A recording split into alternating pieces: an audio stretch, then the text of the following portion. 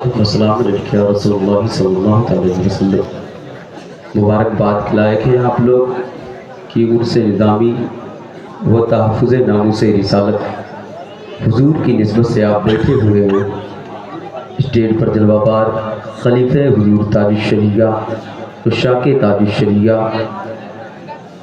حضرت علامہ و مولانا مفتی ناظم رضا صاحب اور دیگر علماء کرام بالخصوص جنہوں نے دعوت محبت مجھے دی ہے، جن کے ذریعے میں آپ کے حوالے ہوا ہوں، خطیب اعظم ہندوستان حضرت قاری نثار احمد نظامی صاحب جنہوں نے دعوت محبت دی، میں آپ کے حوالے آیا ہوں۔ میں چاہتا ہوں چند منٹوں میں دو چار باتیں آپ سے کروں۔ ابھی میرے بعد بادشاہ ترنم قاری نور احمد نور صاحب اور قاری ضیاء یزدانی بہرائچی صاحب کے آپ ان کے انداز میں خوبصورت نعت سنیں گے۔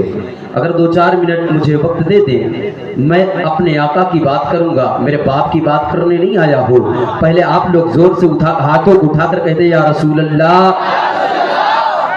ورنہ میں جو ٹائٹل لگاتا ہوں نا ممبئی، لفظ ممبئی جانتے ہیں؟ جب ممبئی آتا ہے تو بڑے بڑے لوگوں کو پیشاب اتر جاتے ہیں کہ ممبئی میں اتنی اچھی اردو بولی جاتی ہے۔ اگر آپ لوگ ساتھ دیں گے تو بہت ساری باتیں کروں گا، اپنی باتوں کو سمیٹنے کی اسی وقت میں گنجائش کروں گا۔ دیکھیں پیارے، ابھی حضرت تو بار بار سیدی سرکار اعلیٰ حضرت کی بات کر رہے تھے، ہم مجھ سے بھی جملہ سن لے کہ میری تقریر کا آغاز ہی ذات اعلیٰ حضرت سے ہوا کرتی ہے اور نبی کی بات سے ہوا کرتی ہے۔ سیدی سرکار اعلیٰ حضرت عظیم البرکت، کنز الکرامت، جبل الاستقامت، آیت من آیت اللہ، معجزات رسول اللہ، اچھے رضا، پیارے رضا، ہمارے رضا، بلکہ یوں کہہ دو ہماری جان، ہماری آل، ہماری شان، ہم سنیوں کی پہچان۔ امام احمد رضا خان فاضل بریلوی علیہ رحمت و رضوان جب نبی کی بارگاہ میں خراج عقیدت پیش کرتے ہیں اور پوری دنیا کے سنی مسلمانوں کو پیغام دیتے ہیں، لیکن ہاں کسی نے شاعری کی ہے تو کسی نے کہا بنارس کی شام آلا، کسی نے شاعری کی کہا دلی کا لال قلعہ آلا، کسی نے شاعری کی کہا کشمیر کی حسین وادی آلا، لیکن ہاں اب میں بارگاہ اعلیٰ حضرت میں پہنچا، میں نے کہا اے میرے امام، 1000 سے زیادہ کتابیں لکھنے والے آپ ہیں، 14ویں صدی کے مجدد اعظم آپ ہیں، آپ کی نظر میں اعلیٰ کون ہے؟ میرے امام فرماتے ہیں نہ کشمیر کی حسین وادی اعلیٰ ہے، نہ بنارس کی شام اعلیٰ ہے، نہ دلی کا لال قلعہ اعلیٰ ہے، بلکہ فرماتے ہیں سب سے اعلیٰ وہ اعلیٰ ہمارا نبی، سب سے بالا وہ اعلیٰ ہمارا نبی۔ کیا خبر کتنے تارے گرے چپ گئے پر نہ ڈوبے نہ ڈوبا۔ کیا بات ہے بھائی، کیا بات ہے، سبحان اللہ بھائی آپ لوگ بولتے ہیں بولتے ہیں یا رسول اللہ، ادھر بھی آگرے میں انڈیا پاکستان میں کلام کا محلہ بنا دیتا ہوں، یا آپ تنویر گنج ہو جائیں یا تنویر نگر میں آپ لوگ ہو جائیں، آپ لوگ تنویر گنج والے بول دے زور سے یا رسول اللہ، تنویر نگر والے اگر آپ کو طاقت ہے تو ان کے اوپر بتا دے کہ ہم تو آپ سے زور سے بولنا جانتے ہیں، آپ سے طاقت زیادہ لگاتے ہیں، زور سے کہہ دے یا رسول اللہ۔